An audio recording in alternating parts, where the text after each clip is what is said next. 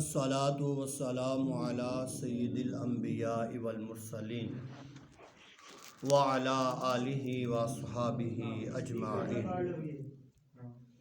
اما بعد فاعوذ باللہ من الشیطان الرجیم، بسم اللہ الرحمن الرحیم، حامیم والکتاب المبین، انا انزلناہ فی لیلۃ مبارکۃ انا کنا منذرین فیہا یفرق کل امر حکیم۔ صدق اللہ مولانا العظیم۔ ان اللہ وملائکتہ یصلون علی النبی یا ایہا الذین آمنوا صلوا علیہ وسلموا تسلیما۔ الصلاۃ والسلام علیک یا سیدی یا رسول اللہ وعلی آلک وصحابک یا سیدی یا حبیب اللہ۔ کوئی زبان خاموش نہیں رہے، سبھی احباب مل کے حضور کی بارگاہ میں ہدیہ درود و سلام پیش فرمائیں۔ الصلاۃ والسلام علیک یا سیدی یا شفیع المذنبین وعلی آلک وصحابک یا سیدی یا رحمۃ للعالمین۔ اے شہنشاہ مدینہ الصلاۃ والسلام، زینت عرش معلی الصلاۃ والسلام، رب حب لی امتی کہتے ہوئے پیدا ہوئے، رب نے فرمایا کہ بخشا الصلاۃ والسلام۔ اور میں وہ سنی ہوں جمیل قادری مرنے کے بعد، میں وہ سنی ہوں جمیل قادری مرنے کے بعد، میرا لاشا بھی کہے گا الصلاۃ والسلام۔ اے شہنشاہ مدینہ الصلاۃ والسلام، زینت عرش معلی الصلاۃ والسلام۔ اللہ رب العزت کا کروڑہ شکر کہ جس مالک نے ہمیں اس بابرکت اور رحمتوں بری رات میں اپنے گھر میں جمع ہونے کی توفیق عطا فرمائی۔ اللہ تعالیٰ سے دعا ہے کہ اللہ تعالیٰ ہم سب کا یہاں پر مل بیٹھنا اپنی بارگاہ میں قبول و منظور فرمائے، اور کل قیامت کے دن اسے ہم سب کے لیے ذریعہ نجات بنائے۔ معزز حاضرین کرام، یہ رات 15 شعبان المعظم کی رات، آیات کا ترجمہ تو کچھ یوں ہے کہ انا انزلناہ فی لیلۃ مبارکہ، حامیم حروف مقطعات ہے، والکتاب المبین اور روشن کتاب یعنی قرآن کریم۔ انا انزلناہ فی لیلۃ مبارکہ، بے شک ہم نے اسے مبارک رات میں نازل کیا ہے۔ انا کنا منذرین، اور میرا رب فرماتا ہے ہم پہلے سے باخبر کر دیتے ہیں۔ فیہا یفرق کل امر حکیم، اس رات میں ہر حکمت والے کام کا فیصلہ ہو جاتا ہے۔ سامعین وقار، قرآن کریم کا جو نزول ہے، مفسرین کرام نے مختلف اقوال لکھے ہیں۔ بعض مفسرین کرام نے لکھا کہ اس سے مراد یعنی یہ شب بارات کی رات ہے، اور بعض نے شب قدر کی رات لکھی، لیکن معتبر جو روایت ہے وہ یہی ہے کہ شب قدر کی جو رات ہے اس میں قرآن کریم کا نزول ہوتا ہے۔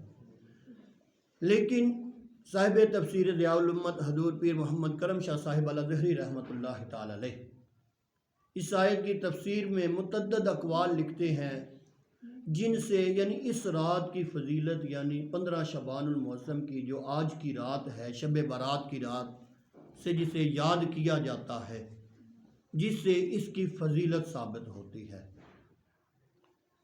ایک حدیث پاک حضور صلی اللہ تعالیٰ علیہ وآلہ وسلم نے فرمایا کہ ہر رات کا پچھلا حصہ جب ہوتا ہے، اللہ تعالیٰ اپنی شان کے مطابق آسمان دنیا پر نزول فرماتا ہے، لیکن شب برات جو 15 شعبان المعظم کی رات ہے، اس کے سر شامی یعنی سورج غروب ہونے کے ساتھ ہی اللہ تعالیٰ آسمان دنیا پر نزول فرماتا ہے، اور یہ اللہ تعالیٰ کی رحمت پکارتی ہے کہ ہے کوئی مجھ سے مغفرت مانگنے والا، وہ مجھ سے معافی مانگے میں اسے معاف کر دوں۔ ہے کوئی مجھ سے بخشش مانگنے والا وہ مجھ سے مانگے میں اسے بخش دوں، ہے کوئی اپنی مصیبتیں اس رات میں میرے سامنے بیان کرنے والا میں اسے شفا عطا فرما دوں، بیماریوں سے راحت عطا فرما دوں، اور ہے کوئی رزق کی فراوانی چاہنے والا وہ آئے اور آ کے میری بارگاہ میں اپنے دامن کو پھیلائے تو میں اسے رزق عطا کر دوں۔ یہ اس رات کی فضیلت ہے۔ اور ام المومنین سیدہ عائشہ صدیقہ رضی اللہ تعالی عنہا فرماتی ہیں کہ ایک رات شعبان المعظم کی رات تھی اور آقا کریم صلی اللہ تعالی علیہ وآلہ وسلم اپنے حجرہ مبارک سے نکلے اور جنت البقیع شریف تشریف لے گئے۔ جنت البقیع قبرستان میں آپ تشریف لے گئے اور وہاں پر جا کے ام المومنین سیدہ عائشہ صدیقہ فرماتی ہیں جب کافی وقت گزر چکا تو میں نے وہاں پر جا کے دیکھا تو آقا کریم علیہ الصلاۃ والتسلیم نے اپنا چہرہ مبارک آسمان کی طرف کیا ہوا، اپنا چہرہ مبارک آسمان کی طرف کیا ہوا ہے اور کچھ عرض کر رہے ہیں رب کی بارگاہ میں۔ تو ام المومنین سیدہ عائشہ صدیقہ رضی اللہ تعالیٰ عنہ فرماتی ہیں، بلکہ آقا کریم صلی اللہ تعالیٰ علیہ وسلم فرماتے ہیں عائشہ اس رات کی فضیلت کے بارے میں جانتی ہو کہ اس رات کی فضیلت کیا ہے؟ ام المومنین فرماتی ہیں، عرض کرتی ہیں اللہ اور اللہ کا رسول بہتر جانتے ہیں کہ اس رات کی فضیلت کیا ہے۔ تو آقا کریم صلی اللہ تعالیٰ علیہ وسلم نے فرمایا اس رات کو سر شام یعنی سورج غروب ہونے کے ساتھ ہی اللہ تعالیٰ آسمان دنیا پر نزول فرماتا ہے۔ تو اس حدیث پاک کے مطابق بھی ہمیں پتہ چلتا ہے کہ شب برات کی رات کی فضیلت ہے۔ اس رات میں عبادت کرنے کا اجر و ثواب ملتا ہے اور عبادت کرنی چاہیے۔ یہ فضول کاموں میں، آتش بازی میں یا دیگر کاموں میں گزارنے والی رات نہیں ہے، بلکہ یہ خالصاً اللہ کی عبادت کے لیے رات ہے۔ ہر رات ہی اللہ کی عبادت کے لیے ہوتی ہے، لیکن یہ رات ایسی ہے کہ جس میں خصوصی طور پر عبادت کا اہتمام کرنا چاہیے، اللہ تعالیٰ کی بارگاہ میں اپنی جبینوں کو جھکانا چاہیے۔ پھر ام المومنین سیدہ عائشہ صدیقہ رضی اللہ تعالیٰ عنہا اس حدیث پاک کی بھی راویہ ہیں۔ آپ فرماتی ہیں کہ آقا کریم صلی اللہ تعالیٰ علیہ وآلہ وسلم نے شعبان المعظم کی یہی 15ویں رات جو ہے نا لمبا قیام فرمایا، لمبا قیام فرمایا، اور پھر جتنا لمبا آپ نے قیام فرمایا اتنا ہی لمبا سجدہ بھی کیا، اتنا ہی لمبا سجدہ کیا۔ تو آپ فرماتے ہیں جب کافی دیر گزر گئی نا آقا کریم علیہ الصلاۃ والتسلیم کو سجدے میں گئے ہوئے، تو میں نے ہلکا سا آپ کے پاؤں کے انگوٹھے کو ہلایا، پاؤں پہ ہاتھ لگایا، اور آقا کریم صلی اللہ تعالیٰ علیہ وآلہ وسلم نے مجھے اشارہ کیا تو میں اشارے کے بعد خاموش ہوگی، پھر اپنا عمل روک دیا۔ آقا کریم صلی اللہ تعالیٰ علیہ وآلہ وسلم جب نماز سے فارغ ہوئے نا تو حضور صلی اللہ تعالیٰ علیہ وسلم نے فرمایا عائشہ اس رات کے بارے میں جانتی ہے؟ بلکہ آپ نے فرمایا کہ عائشہ کیا تمہیں یہ گمان تھا کہ میں تمہارے ساتھ خیانت کروں گا؟ میں تمہارے ساتھ خیانت کروں گا، کیا تمہیں یہ گمان تھا؟ اور اس رات کی فضیلت کے بارے میں جانتی ہو؟ آپ نے فرمایا کہ اللہ اور اس کا رسول بہتر جانتے ہیں۔ اور پھر حضور نے فرمایا کہ پھر عائشہ تمہیں کیا گمان گزرا کہ تم نے مجھے ہاتھ لگایا سجدے کی حالت میں؟ تو ام المومنین سیدہ عائشہ صدیقہ رضی اللہ تعالیٰ عنہا عرض کرتی ہیں کہ میرے پیارے حبیب مجھے یہ گمان گزرا جب آپ سجدے میں اتنا لمبا آپ نے سجدہ کیا نا، مجھے یہ گمان گزرا کہ کہیں آپ کے جسد مبارک سے روح مبارکہ پرواز ہی نہ کر چکی ہو۔ یہ گمان گزرا، اس لیے میں نے آپ کو ہاتھ لگایا۔ تو آقا کریم صلی اللہ تعالیٰ علیہ وآلہ وسلم نے فرمایا کہ نہیں، یہ رات خالصاً اللہ کی عبادت کے لیے، اور یہ ایسی رات ہے کہ جس رات میں عبادت کی ہوئی کبھی ضائع نہیں ہوتی۔ سامعین ذی وقار حقائق لکھی ہوئی ہے حضرت عیسیٰ علیہ السلام کے حوالے سے، حضرت عیسیٰ علیہ السلام کے حوالے سے کہ آپ جا رہے تھے تو آپ نے ایک بڑا نورانی پتھر دیکھا، چمکتا ہوا خوبصورت پتھر دیکھا۔ تو جب اس پتھر کو دیکھا نا تو اس پتھر کو دیکھنے کے بعد آپ کو تعجب ہوا، حیرانگی ہوئی کہ اتنا خوبصورت پتھر اللہ نے بنایا ہوا ہے۔ تو اللہ تعالیٰ نے فوراً وہی نازل فرمائی، اے عیسیٰ علیہ السلام آپ اس سے حیران ہو رہے ہیں کہ اس پتھر کو میں نے بڑا خوبصورت بنایا ہے، اس سے بھی حیران کر دینے والی بات نہ آپ کو بتاؤں، اس سے بھی حیران کر دینے والی بات نہ آپ کو بتاؤں۔ حضرت عیسیٰ علیہ السلام عرض کرتے ہیں یا الہی حکم، اللہ تعالیٰ کی طرف سے حکم ہوتا ہے عیسیٰ علیہ السلام اپنا پاؤں کی ٹھوک کر اس پتھر کو مارو۔ جب حضرت عیسیٰ علیہ السلام نے اپنے پاؤں کی ٹھوک کر اس پتھر کو ماری، اللہ تعالیٰ کا حکم تھا، تو پتھر کو ٹھوک کر ماری، پتھر پھٹ گیا، تو پتھر سے ایک نوجوان نکلا، پریش نوجوان نکلا جس کا چہرہ نور نالا نور تھا، جس کے چہرے پر نور تھا، اتنا نورانی چہرے والا نوجوان باہر آیا۔ اب بڑے حیران ہوئے کہ پہلے پتھر سے تعجب تھا کہ پتھر اتنا خوبصورت، اور پھر اس پتھر کو رب کے حکم کے مطابق ٹھوکر لگائی، اس سے ایک آدمی باہر نکل رہا ہے۔ آپ نے پوچھا کہ اے بندہ مومن تم اس پتھر میں کب سے ہو؟ وہ کہنے لگا پچھلے 400 سال سے میں اس پتھر میں ہوں۔ کتنے سال سے؟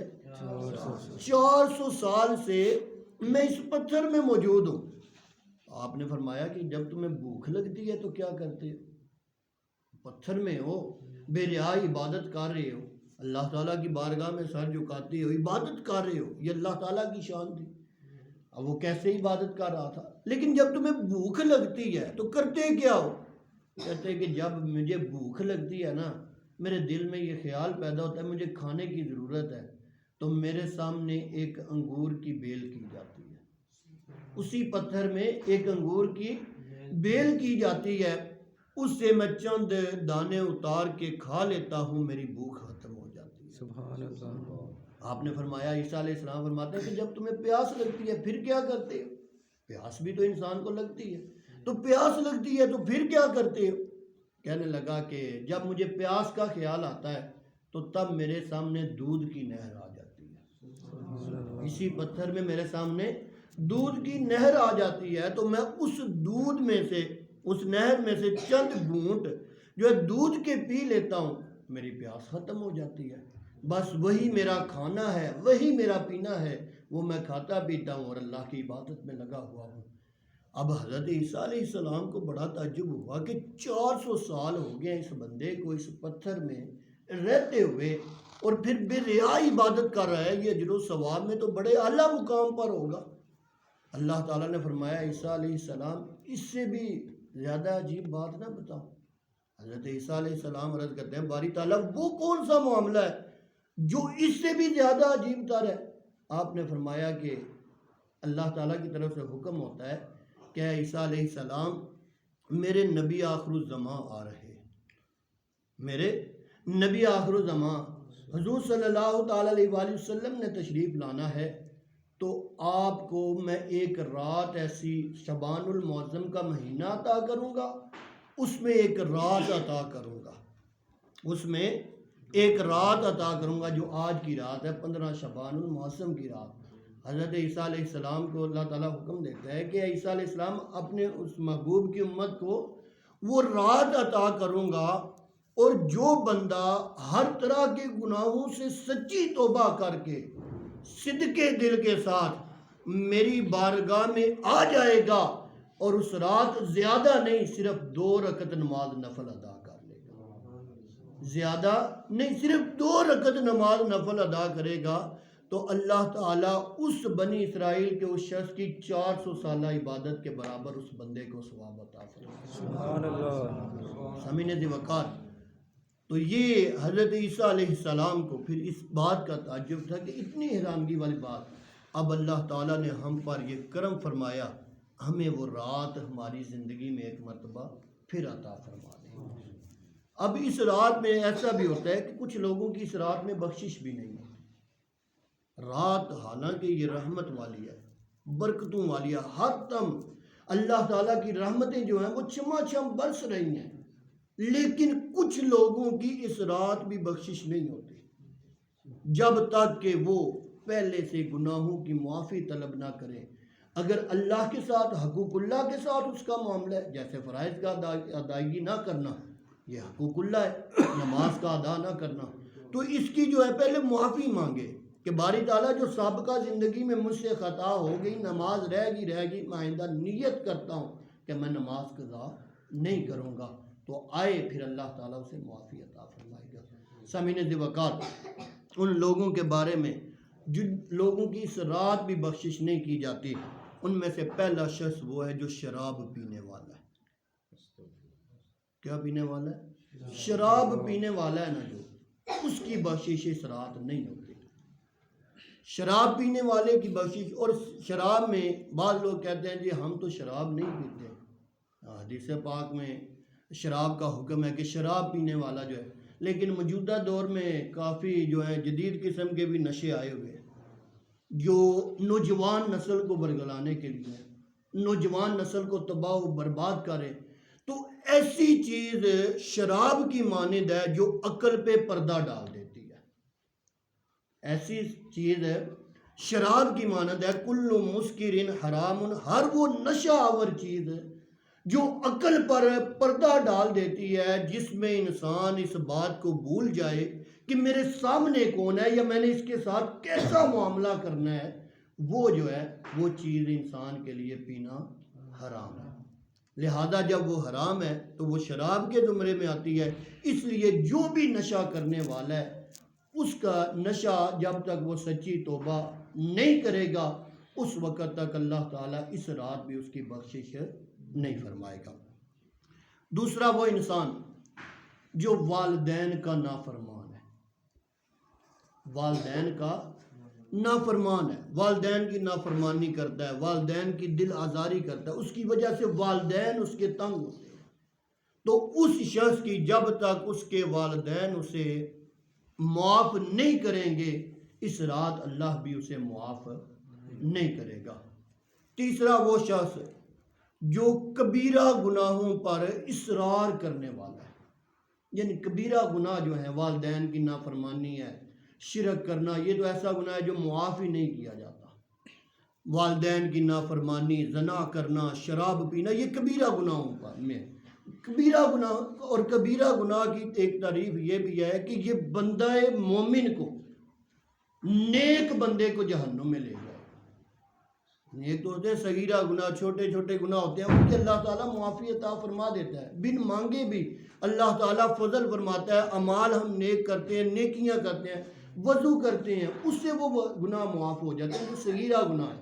لیکن کبیرہ گناہ ایسے ہیں جن کی جب تک اللہ تعالیٰ سے معافی نہیں مانگی جائے گی، اس وقت تک اللہ تعالیٰ معاف نہیں کرے گا۔ تو اگر وہ گناہوں پر اصرار کرنے والا ہے، لگاتار گناہ کرنے والا ہے، تو وہ بھی اس رات بخشا نہیں جائے گا۔ پھر اس کے بعد آگے جو ہے وہ قطع رحمی کرنے والا چوتھا شخص وہ ہے جو رشتہ داریاں توڑتا ہے، رشتہ داریاں توڑتا ہے، ایک دوسرے کے ساتھ رشتے ختم کرتا ہے، بات بات پہ رشتہ توڑ دیا۔ بھائیوں میں زمین کا مسئلہ ہوا، کسی گھر میں کوئی تھوڑی سی بات چیت ہوئی، میرا اور تیرا مرنا جینا ہوتا، میں تیرے گھر نہیں آؤں گا، تو میرے گھر نہیں آئے گا، یہ ہماری، یہ تجھے، یہ جو قطع رحمی کرنے والا ہے، رشتہ داریوں کو توڑنے والا ہے، وہ بھی اس رات نہیں بخشا جاتا، اس پر بھی اللہ تعالیٰ اس رات رحمت نہیں نازل فرماتا۔ سامعین ذی وقار، ہاں شریعت نے طریقہ کار بتایا ہے، آپ نے اگر کسی وجہ سے آپ کسی سے ناراض ہوتے ہیں تو 3 دن تک آپ ناراض رہ سکتے ہیں۔ دنیاوی معاملہ ہو تو 3 دن تک ناراض رہ سکتے ہیں، 3 دن سے زیادہ ناراض نہیں رہ سکتے، شریعت اس بات کی اجازت نہیں دیتی۔ ہاں البتہ دینی معاملہ ہو تو پھر بندہ جو ہے وہ زیادہ دیر بھی ناراض رہ سکتا ہے۔ جیسے کوئی بندہ شراب پینے والا ہے، آپ اسے کہتے ہیں کہ جب تک تو شراب نہیں چھوڑے گا، جب تک تو شراب پینا نہیں چھوڑے گا، میں تیرے ساتھ نہیں بولوں گا، میں تیرے ساتھ ناراض ہوں، تو پھر آپ اس کے ساتھ ناراض زیادہ دیر تک رہ سکتے ہیں۔ لیکن جو ہمارے دنیاوی معاملات ہیں، ان کے لیے اگر کسی سے تھوڑی بہت ناراضگی ہوتی ہے تو وہ صرف 3 دن تک کے لیے جائز ہے، اس سے زیادہ کی شریعت اجازت نہیں دیتی۔ سامعین ذی وقار، چوتھا وہ شخص جو رشتہ داریاں توڑنے والا ہے، وہ اس رات نہیں بخشا جائے گا۔ 5واں وہ شخص ہے جو مشرک ہے، اللہ تعالیٰ کے ساتھ شریک ٹھہراتا ہے، اللہ تعالیٰ کے لیے بیٹے ثابت کرتا ہے، نعوذ باللہ اللہ تعالیٰ کے لیے بیوی ثابت کرتا ہے، یا اس طرح کے دیگر عقائد اللہ تعالیٰ کے ساتھ کسی کو بھی شریک ٹھہراتا ہے، کسی کو بھی اللہ کے علاوہ عبادت کے لائق سمجھتا ہے، اللہ کے علاوہ کسی کو بھی عبادت کے لائق سمجھتا ہے تو وہ اللہ تعالیٰ کے ساتھ شریک ٹھہرانے والا ہے۔ یا پھر صفات ہیں، دیکھنے کی صفت ہے، انسان بھی دیکھتا ہے، اس کے بارے میں عقیدہ یہ ہونا چاہیے کہ اللہ تعالیٰ کی یہ جو صفات ہیں، اللہ تعالیٰ فرماتا ہے کہ سمیع بصیر، وہ سنتا بھی ہے اور دیکھتا بھی ہے، لیکن اللہ تعالیٰ کو یہ صفات کسی نے عطا نہیں کی، کسی نے عطا نہیں کی، اس کی ذاتی ہیں، اس کی اپنی ہیں، اسے کسی نے عطا نہیں کی۔ جبکہ ہم سنتے اور دیکھتے ہیں تو ہمیں اللہ تعالیٰ نے یہ صفت عطا کی ہوئی ہے، ہمارے پاس عطائی ہیں، ہماری ذاتی نہیں ہے۔ تو پھر یہ فرق سمجھنا پڑے گا، تب جا کے انسان کو پتہ چلے گا کہ ہم نے نہ ذات میں شریک ٹھہرانا ہے اور نہ اللہ کی صفات میں کسی کو اس کے ساتھ شریک ٹھہرانا ہے۔ اگر ایسا کر رہا ہے تو وہ مشرک ہوگا، اور جو مشرک ہے اس کی اس رات بخشش نہیں کی جاتی۔ اور آگے چھٹا بندہ وہ ہے جو اپنے عیبوں کو لوگوں کے سامنے ظاہر کرنے والا ہے، اپنے عیبوں کو لوگوں کے سامنے بیان کرتا ہے۔ گناہ کیا، ایک تو یہی گناہ کا کام، گناہ کر لیا، پھر لوگوں کے سامنے واویلا کرتا ہے، وہ لوگوں کو بتاتا ہے کہ میں نے رات کی تاریکی میں فلاں گناہ کیا۔ جیسے ہمارے یہ سوشل میڈیا کا دور، اسے ہم لے لیتے ہیں تو سوشل میڈیا جو ہے، اگر ہم جیسے ابھی یہ باہر ہمیں آتش بازی کی آواز آ رہی ہے تو یہ ایک گناہ کا کام کیا جا رہا ہے، یہ نیکی کا کام نہیں ہے۔ اب یہ آتش بازی کی کوئی ویڈیو بنا کے اپنے انٹرنیٹ کسی بھی اپنے سوشل میڈیا کی ایپ پر لگا دیتا ہے تو وہ دوسرے لوگوں کے سامنے اپنے عیب کو ظاہر کر رہا ہے۔ کسی بھی ایپ پر لگاتا ہے تو وہ دوسروں کے سامنے کیا کر رہا ہے؟ اپنے عیب کو ظاہر کر رہا ہے، اور دوسرے لوگوں کو اپنے عیب پر گواہ بنا رہا ہے کہ مجھ میں یہ عیب تھا، مجھ میں یہ خامی تھی، لہذا میں نے دوسرے لوگوں کو اپنے ساتھ گواہ بنا لیا۔ ایسے شخص کی بھی اس رات بخشش نہیں ہوتی۔ سامعین ذی وقار، گفتگو کو مختصر کر رہا ہوں۔ بنی اسرائیل کے شخص ہے، بستی والے اس کے گناہوں سے تنگ آ گئے، بستی والے اس کے گناہوں سے تنگ آ گئے، اتنے زیادہ وہ گناہ کرتا تھا تو بستی والوں نے کیا کیا؟ اسے اپنے علاقے سے باہر نکال دیا، اپنے گاؤں سے نکال دیا، وہ جنگل میں چلا گیا، جنگل میں چلا گیا، اب اکیلا تھا، سوشل بائیکاٹ ہو چکا تھا، معاشرتی بائیکاٹ، کسی کا اس کے ساتھ تعلق نہیں، کوئی اسے ملتا نہیں، پتے کھاتا رہا، جس طرح بھی گزارا کرتا رہا، لیکن آخر کار اس کا موت کا وقت قریب آ گیا، اس کا موت کا وقت قریب آ گیا۔ جب موت کا وقت قریب آیا نا تو مرنے سے پہلے اللہ کی بارگاہ میں التجا کرتا ہے، اے باری تعالیٰ تو بادشاہوں کا بادشاہ ہے، تو بادشاہوں کا بادشاہ ہے، اگر تیری بادشاہت میں کوئی فرق پڑتا ہے مجھے معاف کرنے سے تو مجھے معاف نہ کر، اگر تیری رحمت کم ہوتی ہے مجھے معاف کرنے سے تو مجھے معاف نہ کر، لیکن اگر ایسا نہیں تو پھر باری تعالیٰ مجھے مرنے سے پہلے معاف فرما دے۔ یہ عرض کرتا ہے، اللہ تعالیٰ نے اس کی توبہ قبول فرما لی، اس کی یہ گریہ وزاری قبول کر لی۔ جب یہ گریہ وزاری قبول کی نا تو اب حضرت موسیٰ علیہ السلام کا دور ہے، اللہ تعالیٰ نے حضرت موسیٰ علیہ السلام کو القاء کیا، اے پیارے موسیٰ علیہ السلام جائیں میرے اس بندے کی نماز جنازہ ادا کریں، میرا ولی ہے، میرا دوست ہے، فلاں جنگل میں اس کی میت پڑی ہوئی ہے، وہاں پر جاؤ اور جا کر اس کی نماز جنازہ، اس کے کفن دفن کا انتظام کرو، اور اہل علاقہ میں یہ اعلان کر دو کہ جو بندہ اس ولی کے جنازے میں، اللہ کے دوست کے جنازے میں شامل ہوگا، اللہ تعالیٰ اس کی بھی بخشش فرما دے گا، سبحان اللہ، اللہ تعالیٰ اس کی بھی بخشش فرما دے گا۔ سامعین ذی وقار، حضرت موسیٰ علیہ السلام نے اعلان کروا دیا۔ اب جب وہ بستی والے اور اہل علاقہ اور حضرت موسیٰ علیہ السلام جنگل میں پہنچے، دیکھنے لگے کوئی شخص نظر نہیں آ رہا، ایک وہی گناہ گار نظر آ رہا ہے، ایک وہی گناہ گار جس کو بستی سے نکالا تھا نا، وہی گناہ گار نظر آ رہا ہے، اور وہی جو ہے وہاں پہ اس کی میت پڑی ہوئی ہے۔ اب حضرت موسیٰ علیہ السلام نے عرض کی باری تعالیٰ یہ معاملہ کیا ہے کہ یہ بندہ تو گناہ گار تھا، اس کے گناہوں کی وجہ سے اس کے گاؤں والوں نے اپنے گاؤں سے نکال دیا، اسے دیہات والوں نے، بستی والوں نے نکال دیا، اب یہ معاملہ کیا ہے کہ تو اسے اپنے نیکوکاروں نیک بندوں کی صف میں شامل کر رہا ہے؟ تو اللہ تعالیٰ نے فرمایا کہ اے پیارے موسیٰ علیہ السلام، میرے اس بندے نے اپنے مرنے سے پہلے جو دعا کی ہے، جو گریہ و زاری کی ہے، جو ندامت اس کے دل میں آئی ہے، جو نادم ہوا ہے یہ اپنے گناہوں پر، اور جیسی اس نے توبہ کی ہے، یہ توبہ کرتے ہوئے اس نے تو صرف اپنی بخشش مانگی ہے، توبہ کر کے اس نے کیا کیا ہے؟ صرف اپنی بخشش مانگی ہے۔ اے پیارے موسیٰ علیہ السلام، اگر اس کی یہ وہ جو گریہ و زاری اور اپنے گناہوں پر نادم ہونا تھا، اگر یہ اپنی ساری قوم کی مغفرت مانگتا تو میں اس کے وسیلہ سے پوری قوم کو معاف فرما دیتا۔ سبحان اللہ۔ تو سامعین ذی وقار، اللہ تعالیٰ کی رحمت تو ہمیں معاف کرنا چاہتی ہے۔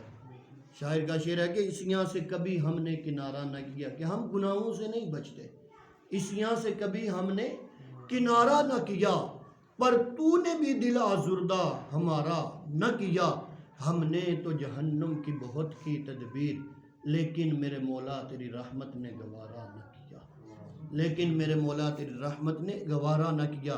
تو سامعین ذی وقار، اللہ کی رحمت تو ہمیں وہ بہانے تلاش کرتی ہے اور موقع دے رہی ہے کہ آ جاؤ اس رات، اور اس رات میری عبادت کر کے، سچے دل سے توبہ کر کے، آئندہ جو زندگی گزر چکی نادانی میں گزر گئی، بھول چوک میں گزر گئی، لیکن آؤ اس رات آ کے مجھ سے معافی مانگ لو، میں تمہیں معاف کر دوں گا۔ اور اگر کوئی ایسا شخص ہے جس کی وجہ سے اس کے والدین کی دل آزاری ہوئی ہے، والدین زندہ ہیں، تو جائیں ان کے سے گھر میں جا کے ابھی معافی مانگ، والدین ہیں اپنے، وہ معاف کر دیں گے، والدین معاف کر دیں گے، یقیناً معاف کریں گے۔